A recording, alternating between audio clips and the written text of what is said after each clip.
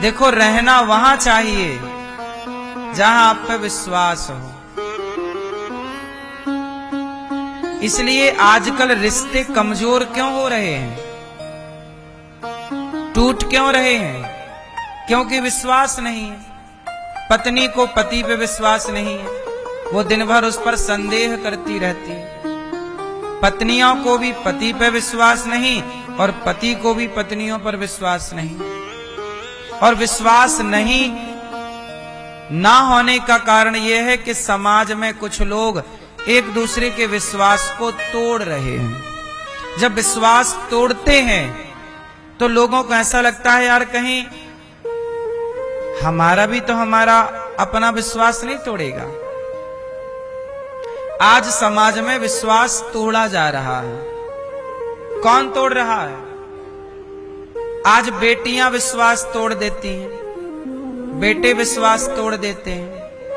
माँ बाप पढ़ा के लिखा के योग्य बनाते हैं, लड़की को किसी आदमी से, लड़के से प्यार हो जाता है, माँ बाप समझा समझा के परेशान होते हैं, पर लड़की एक बात नहीं सुनती अपने माँ बाप की। और माँ बाप के माने बिना, बोले बिना वो मनमाना शादी ब्याह कर लेती है। तो माँ बाप कोई प्रसन्न थोड़ी होते होंगे, कोई माँ बाप आपके दुश्मन थोड़ी हैं, आपके लिए बेहतर सोचेंगे। लेकिन बेटियां, समाज में कुछ बेटियां ऐसी हैं जो अपने बाप का, अपनी माँ का विश्वास तोड़ देती हैं। कुछ लड़के ऐसे हैं जो अपने माँ बाप का विश्वास तोड़ करके किसी महिला के चक्कर में पड़ जाते हैं, स्त्री के चक्कर में पड़ जाते हैं।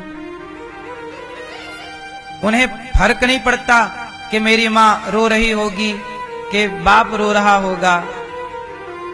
उन्हें तो बस अपना स्वार्थ नजर आता है कि मैं इस लड़की के संग रहूं, मैं इसके साथ रहूं।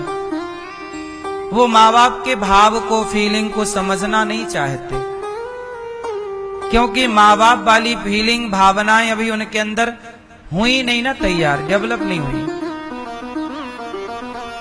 तो विश्वास समाज में तोड़ा जा रहा है।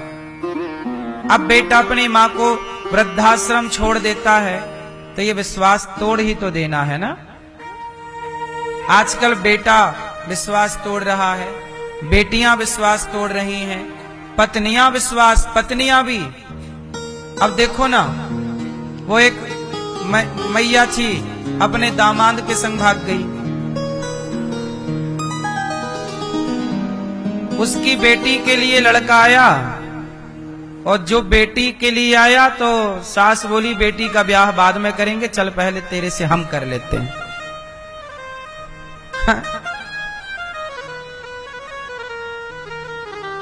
अब क्या हुआ?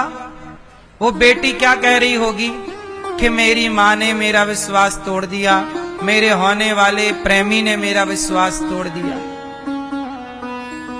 बोलो हाँ। उसका पति रो रहा होगा सिर पकड़ के कि मेरे होने वाले दामाद ने मेरा विश्वास तोड़ दिया। रिश्ता क्या कह रहा था? रिश्ता कह रहा था कि दामाद बेटा है और सास माँ है। क्या रिश्ता तो यही कहता है ना। दामाद कौन होता है? बेटा। सास कौन होती है? माँ। लेकिन वहां पर क्या हुआ? सास दामाद के संग भाग गई। दामाद के संग नहीं भाग गई, सरल अर्थों में कहें तो वो अपने बेटे के साथ भाग गई। हाँ या ना? बोलो हाँ कि ना। क्या हुआ? वो तो भाग गई। इससे क्या हुआ कि रिश्तों से विश्वास उठना शुरू हो गया। रिश्तों से विश्वास उठना शुरू हो गया। एक साधु गलत काम करता है ना, तो आप लोगों का सारे साधु समाज से, सारे साधु संतों से विश्वास उठ जाता है। एक गलती करता है और विश्वास सबसे खत्म हो जाता है। इसलिए विश्वास बनाना, विश्वास जमाने में सालों लग जाते हैं और विश्वास को बिगाड़ने में 5 मिनट लगता है। बात सही है? इसलिए कहता हूं कि सीता मां उस प्रजा के साथ रहना ही नहीं चाहती जिस प्रजा को सीता माता पर भरोसा ना हो, और सच कहता हूं वहां नहीं रहना चाहिए जहां आप पर भरोसा ना हो। इसलिए अपने जीवन में ऐसा काम करो कि आप पर सबको भरोसा हो। कुछ ऐसा ना कर लेना कि आप से दुनिया का भरोसा उठ जाए। भरोसा उठे उससे पहले आप ही उठ जाओ, पर भरोसा ना उठने पावे। क्यों? ऐसी पत्नी बनो कि पति का आपसे भरोसा ना उठे, ऐसे पति बनो कि पत्नी का आपसे भरोसा ना उठे, ऐसे बेटे बनो कि माँ बाप का आपसे भरोसा ना उठे, ऐसे माँ बाप बनो कि बेटों का आपसे भरोसा ना उठे। क्योंकि कुछ माँ बाप भी गलतियां करते हैं जिन माँ बाप से बच्चों का भरोसा उठ जाता है। पता है आपको? माँ बाप भी ऐसा काम करते हैं कुछ कि अब जैसे वो बेटी, उसकी माँ भाग गई तो उसका अपनी माँ से भरोसा उठ गया कि नहीं? वो तो सबको यही कहेगी यार कि माँ तो ऐसी होती है। उसकी सगी अपनी माँ ने जब अपनी बेटी के साथ दगा कर लिया, बेटी के हक को खा गई, तो भरोसा तो उठ ही गया ना। इसलिए आप लोगों से मेरी विनती है कि चाहे आप पुत्र हो या पुत्री, पति हो या पत्नी, आप किसी भी अभिनय रोल काल में हो, पर विश्वास उठने मत दीजिएगा, विश्वास बनाए रखिएगा। ठीक है? माता सीता ने निर्णय ले लिया कि मैं ऐसी प्रजा के बीच में रहना नहीं चाहती। इसलिए सीता मां ने पहले परीक्षा नहीं दी, आखिरी में दी। कि अच्छा, पहले परीक्षा देती तो सीता मां को जाना पड़ता, वो रहने नहीं चाहती थी, वो चली जाती। वो चली जाती तो गर्भवती थी, लवकुश भी चले जाते। यदि पहले परीक्षा दे देती तो लवकुश भी साथ में खत्म हो जाते। लेकिन लवकुश राम की प्रॉपर्टी है तो लवकुश को लौटाना पड़ा। जब तक लवकुश नहीं पैदा हो जाते, उनको संस्कार नहीं दे देती, मां का कर्तव्य पूरा नहीं कर, जब पूरे कर्तव्य हो गए तब सीता मां ने अलविदा कह दिया, चलो। बाद में वही प्रजा जो लांछन लगाई, चरणों में गिर गिर के माफी मांग रही, हमें क्षमा माता, गलती हो गई, हमने गलत आरोप लगा दिया, पर माता क्षमा कर दो। पर ऐसे थोड़ी होता है कि पहले आप आरोप लगा दो और बाद में आप सॉरी कह दो।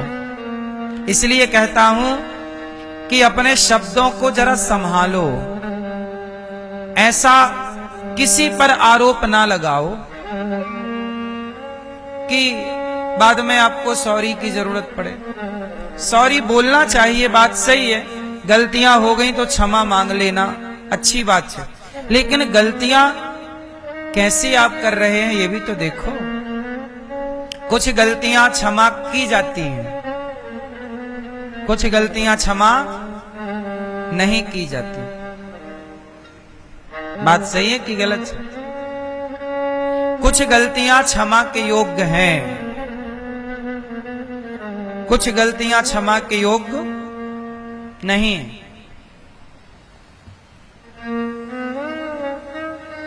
जैसे जैसे गुरु द्रोणाचार्य के पुत्र अश्वत्थामा, अश्वत्थामा ने द्रौपदी के 5 बच्चों को मार डाला। तब अश्वत्थामा की गलती को क्षमा कर दिया गया द्रौपदी के द्वारा। पर वही अश्वत्थामा ने जब उत्तरा के गर्भ को मारने के लिए ब्रह्मास्त्र चलाया तो भगवान श्री कृष्ण ने उसे क्षमा नहीं किया।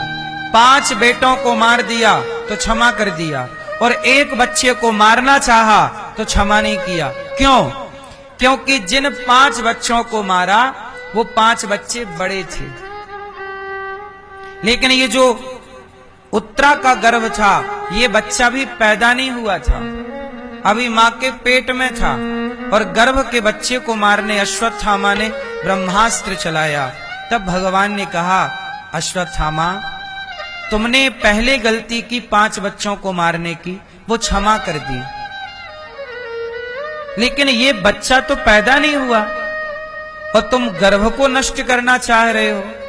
अब तुम्हारी गलती क्षमा करने के योग्य नहीं। फिर क्या हुआ? अश्वत्थामा के सिर की मणि निकालकर अपमान करके निकाला और भगवान कृष्ण बोले, जा, मैं तुझे दंड देता हूं कि तू अमर हो जा। सवाल खड़ा हुआ, महाराज ये दंड है कि वरदान? आपने अमर बना दिया, सब लोग अमर होना चाहते हैं। बोले नहीं, ये अमर होगा। इसे भूख लगेगी पर खा ना पाएगा, प्यास लगेगी पर पानी पी ना पाएगा, ऐसे अमर रहेगा। अब सोचो ऐसी अमरता क्या करेगी कि जहां पानी ना पी सके, पेट भर खा ना सके, जहां घाव है तो है, भर नहीं सकते घाव। आज भी अश्वत्थामा के सिर में वो घाव है, जहां मणि निकाली तो आज भी घाव है। युग बीत गए पर घाव नहीं भरा। ऐसी अमरता तो रोज की मृत्यु है ना। अपराध बड़ा है तो दंड भी बड़ा है, अपराध छोटा है दंड भी छोटा। इसलिए कहता हूं कि अपराध करने से बचो।